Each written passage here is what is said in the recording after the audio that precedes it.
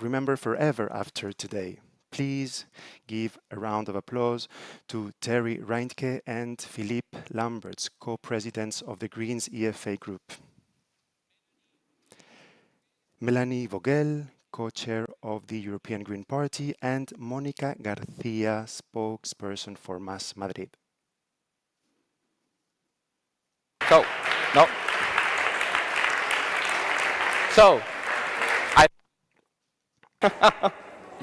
So, welcome you all to the stage of this Green Social Summit. It's an honor to have you all here. Gracias, Mónica, también por estar aquí. And Philip, the floor is yours. So, no, Mélanie? So, yeah, the order is changed. Don't worry. Things that happen. So, Mélanie, we'll start with you whenever you want. Thank you very much. Thanks to all of you for coming. Thanks for being here. It is a fantastic moment to see all of you, to see this being put into practice, what we have been planning for many, many months now. So fantastic to have all of you here. It is an important moment for us because you know that we are in a political moment that could not be more important, because we are seeing that there are multiple crises that are happening at the same time. And as Greens, we have always been absolutely clear that we have to tackle the climate and biodiversity crisis, that we have to do everything we can to fight against climate change. And we have brought things on the agenda like the Green Deal. We have brought things on the agenda to really move forward on this. But at the same time, and I think we in this room are all aware of this, we are seeing that there is a social crisis, an inequality crisis, because we see climate change affect people here in Spain. There were classrooms that over the summer couldn't be used for teaching anymore because it was so hot. In the construction sector, in the agricultural sector, there are people that are suffering from high temperatures. We have seen the heavy rains, the droughts, the flooding over the summer. So we see that this is affecting people's lives. But we also see that there are millions of Europeans that do not know anymore how to make ends meet. They are afraid of how to pay their bills. They are afraid of the end of the month. And we as Greens want to send a very strong signal from this summit that we see the struggling and the difficulty that people are having, and that we are fighting for them to have a better life. We are fighting against the climate crisis, but we are also fighting against the social crisis that we are seeing.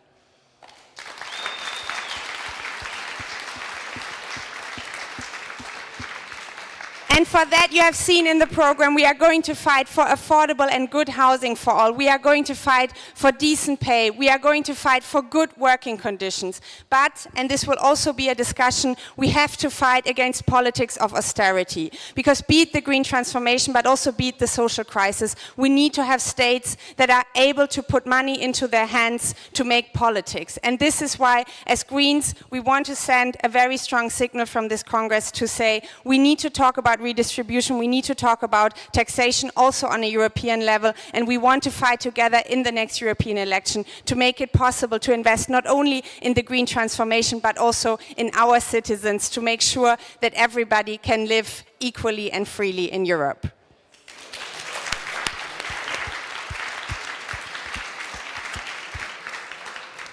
But as Greens, and I think you are all aware what is going to happen today in the Spanish Parliament, again, the leader of the Conservative Party, Feijóo, is going to try to form a majority together with the far right. And I think we cannot but mention that this is something that is happening all across Europe, that conservatives are trying to get into power with the far right. And let me be absolutely clear. As Greens, it is in our DNA. We are an anti-fascist political force, and we will do everything in the next month and after the European election to stand up to a growing far right and conservatives that are flirting with them. We as Greens fight for an open, for a democratic and for an equal Europe, and also this has to be absolutely clear to everyone.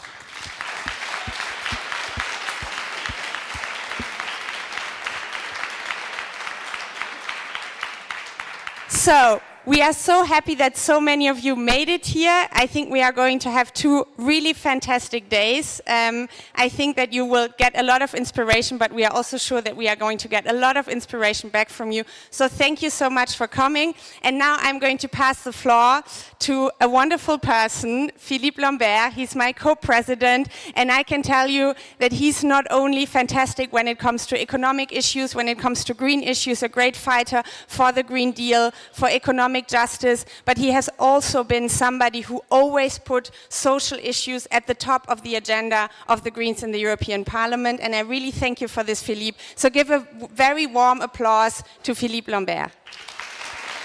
Thank you, Terry. And I think this is one of the reasons we get along so well, because Terry and I do share this idea that even if we did not have a climate crisis, even if humanity were living within the planetary boundaries, social justice is a fight in and of itself. This is really the cornerstone of living together. You know, I became a member of the European Parliament in 2009 in the wake of the global financial crisis. At that time, we had seen Occupy Wall Street, we had seen the indignados in this country, and a few years later, there was this movement called Gilets jaunes, yellow vests in France. I will never ever forget my meetings with some of them. What they felt is that they didn't matter. They just counted for nothing. The first thing they wanted when meeting me was just to be recognized as human beings, to be heard before anything. Because indeed, listening to them was for me a way to recognize that yes, they were my fellow human beings. And now we are 5 years later. We are 5 years later, and I do not have the impression that the majorities who wage policies in Europe have recognized that indeed every human being is worth being recognized and fought for. You know, the first value that is written in the EU treaties is human dignity. Not the dignity of the citizens of the European Union, human dignity. And it is because we are betraying that value, or the majorities are betraying that value, that more and more and more people really get angry. And this is to me the fundamental reason why nationalist and populist parties are growing on this continent. Not because people want to hate one another, because they feel out of the game. They don't exist. And no, all societies cannot live with, you know, a center that is rich and integrated into globalizations, and then a periphery. Remember that language about center and periphery during the Eurozone crisis, that actually doesn't matter. So this is what we need to do, to rebuild trust, not by good words. Good words matter, symbols matter, but action really does matter. We need to send clear signs that the people who have been counting for nothing the last 30 years of neoliberal policies are again at the heart of policy making. That indeed we are not responsible as policy makers. Our job is not to make the rich richer. This is not our job. It's to make sure that everyone has the right to a dignified life. This is really what matters. And this is where we Greens want to take our full part. Because sometimes, you know, Greens have a reputation of, well, caring for the birds and the trees and the planet, which is all true. We do. But actually, why is it that we love this planet? Because this is our common home. It's the home of humanity. You know, our dream is not to have a very nice planet and no human beings on it. We want every human being to be able to enjoy a good life on this planet now and in the future. And indeed, all the challenges that we face, we were used to say, yeah, that's for the future generations. Give me a break. This is now. This is really now. And these 2 days are about this, about how we make sure that action is really putting the people who need most a good policy making at the center of EU policies and national policies. This is what it's all about. I hope that at least we'll have such a majority in Spain soon. But again, look at the political map in Europe. We see that we have our work cut for us. Thank you. And yeah, now let me introduce another very good friend of mine. Mélanie Vogel has been, well, we got to know each other because you were working in the European Parliament and we worked on Brexit together. I remember that, I will not forget that. But now Mélanie has become co-chair of the European Green Party. She's also a senator in this very progressive country called France. But you know, it takes guts to stand up to that. You know, Marine Le Pen could be the next French president. And Mélanie is part of the people who are working their butts off to make sure that this does not happen. So Mélanie, the floor is yours.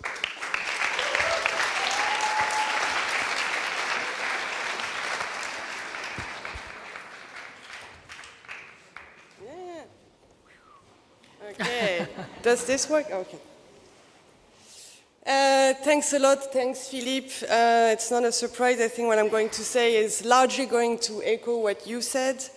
I'm very happy to open this Green Social Summit today for many reasons, but I think for one in particular, because I think that today is a great day to clarify something.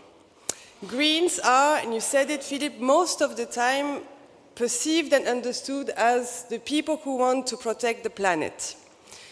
And I just wanted to tell you something. That's not true. We don't want to protect the planet because the planet doesn't need it. The planet is going to be just fine without human beings on it. The Greens exist because they want to protect the people who live on this planet.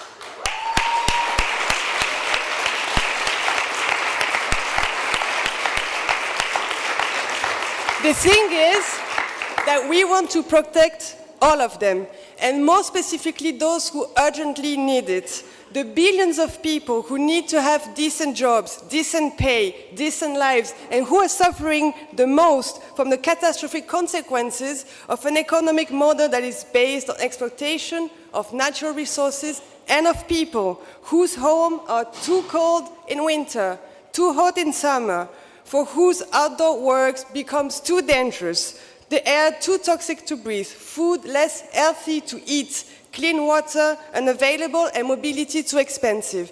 That is why, you know, the climate crisis is in itself a social crisis.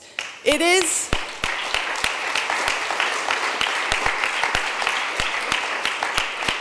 the direct consequence of informed political choice to make an unsustainable and unfair model that exploits our common resources, that exploits the most vulnerable of us, and that forces those same people who suffer the most to pay the most in order to solve a crisis to which they contribute the least. And that's not even double penalty anymore. This is triple penalty. You get exploited the most by the system. You suffer the most from the consequences of the system, and you pay the most to fix the system that you have contributed the least to sustain. That simply cannot go on. And that is why that's precisely what the Greens are there to change. And that is why, by nature, by essence, the Green project is a social project. We are not green, and also, by the way, social. We don't want social policies to make green policies acceptable. It's the opposite. We want green policies to make social justice a reality. Social justice is not a tool. It is the aim of all of this. So now anti-green politicians say, yeah, but climate action, it is too expensive.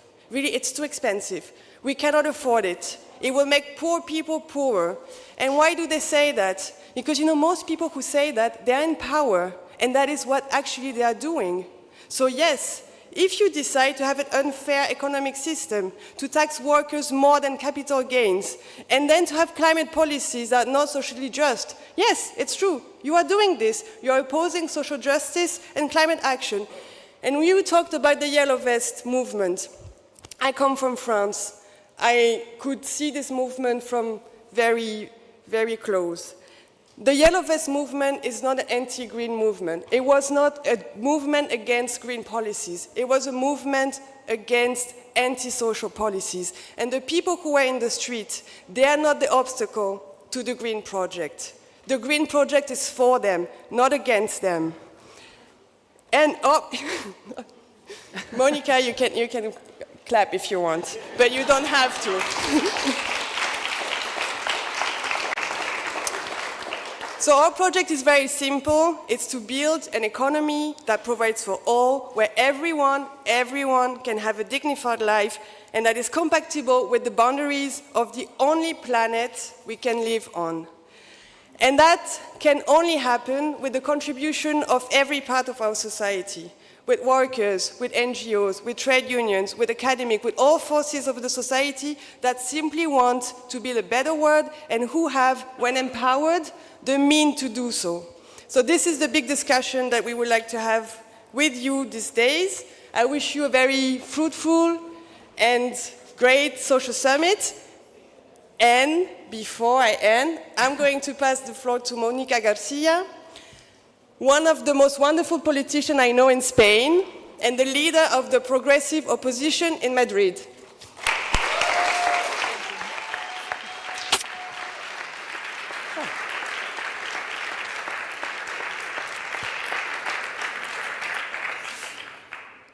I don't know which one. Okay, thank you. Thank you very much, Mélanie. Thank you very much, everyone. Welcome to Madrid. I'm going to break the 10 and I'm going to speak in Spanish. Sorry very much, but my English is a little bit rusty. Don't worry. Bienvenidos a Madrid. Welcome to Madrid. Welcome to this Green Social Summit. Welcome to this home, the home of the people that worry about the planet, that take care of the planet, that worry about the future and everything that goes within the everyday lives of the people. It is a great honor to be here in this encounter, in this very stimulating encounter. I'm going to explain you about, we are the opposition of a government, of a right-wing government who's in denial, who's way behind, that governs, it's leading Madrid. We are Más Madrid, and following the classic slogan of think local, act global, we are a force that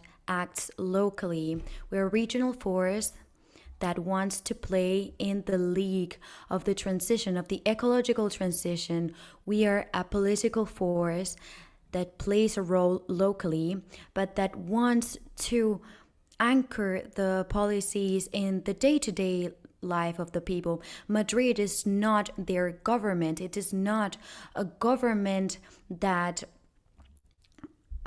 creates squares without a shade, without trees. It is not the government of the president that denies climate change, because they say that fight against climate change is communism. Madrid is progress, state of the art, it's a science. What does it mean to be green in Madrid, in a city, in a capital? What does it mean to be green in a place which is led by the far right wing and the extreme right? It is fighting for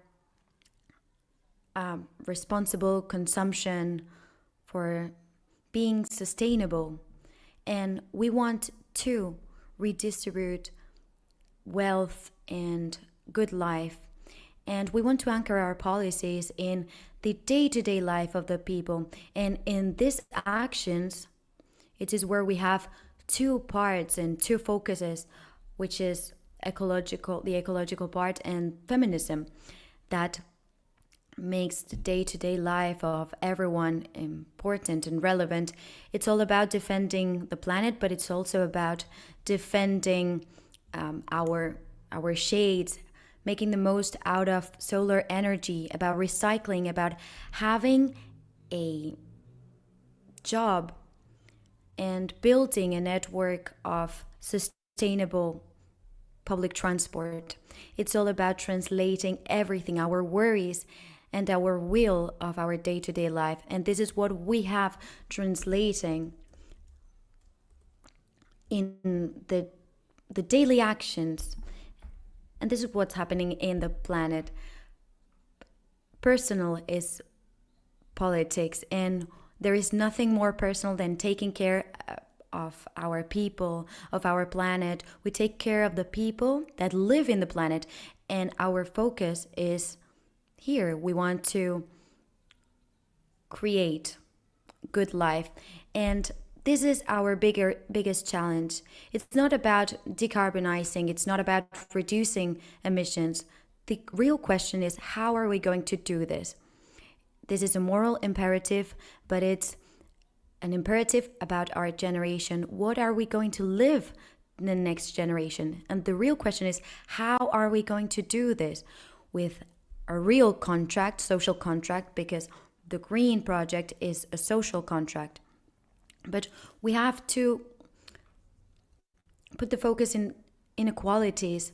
There is a political context of the boost of the right parties.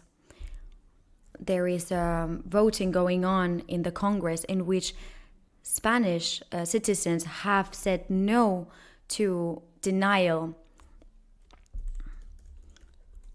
to the far right, to all of this. And we need to be proud of all of our achievements. And I would like to dwell on something.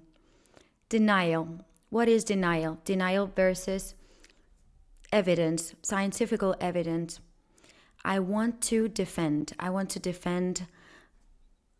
the evidence. We're living in a world in which evidence and the work of knowledge and talent, it is something that is compared with some sort of opinion. And it's all about freedom. And we need to have a right to understand. We need to know what's happening in our planet and in our world. I am a defender. Well, I want to promote, maybe it's not the word, but I want to promote scientific evidence as part of scientific and political tools, as we saw in the pandemic. In the pandemic, we saw that there was kind of a union between science and politics.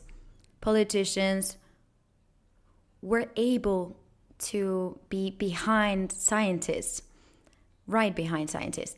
And now there are some, those questions are being jeopardized by this denial that is hiding the interest of privileged sides of the populations. Therefore, we need to fight against this denial.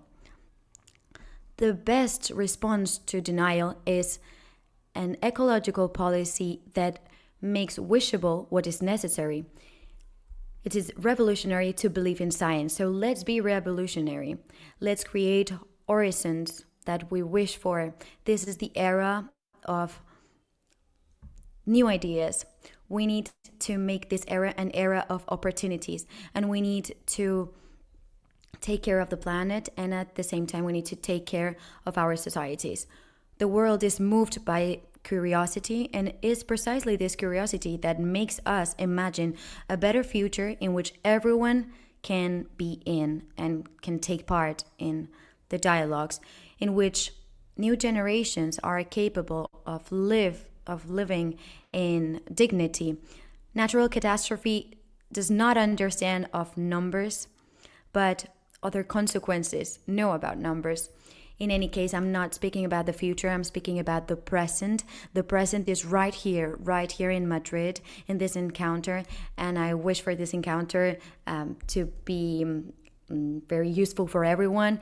Welcome to Madrid, region full of solidarity, a region that wants to walk towards change, towards this ecological change, and a region that opens wide open arms to this future, to a future in which we can live, in which these people that want to change society through politics can live in. Thank you very much.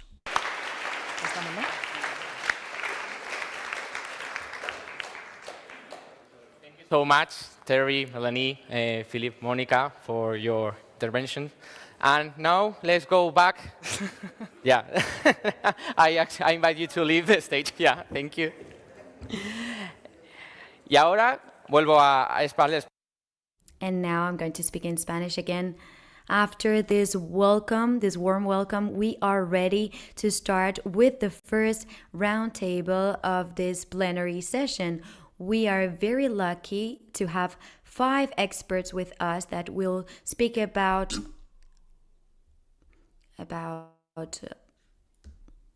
this new right to living. So a big round of applause for Leilani Farah, Marie Toussé, Valeria